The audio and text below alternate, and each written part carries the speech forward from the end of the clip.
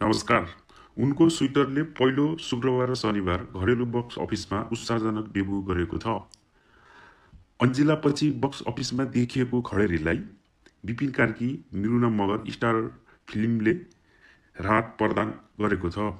उनको स्विटरले पहिलो सप्ताहन्त शुक्रबार र शनिबार सरकारको आधिकारिक बक्स अफिसमा 1,37,70,000 ग्रस कमाई गरेको छ।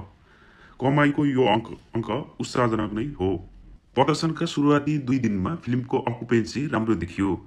विशेष गरी काठमाडौँ उपत्यका र पूर्वेली सहरहरूमा शुक्रबार र शनिबार अकुपेन्सी उच्च देखिएको थियो। पश्चिमी सहरमा भने अकुपेन्सी पूर्वको तुलनामा कम रहेको छ। नवीन चौहान निर्देशित फिल्मलाई पूर्वी नेपालको लेकाली भूगोल र लिम्बू समुदायको आञ्चलिकतामा सेट गरिएको छ। यो फिल्म एक सीमापार प्रेमको अन्तर्जातीय प्रेम कथा हो।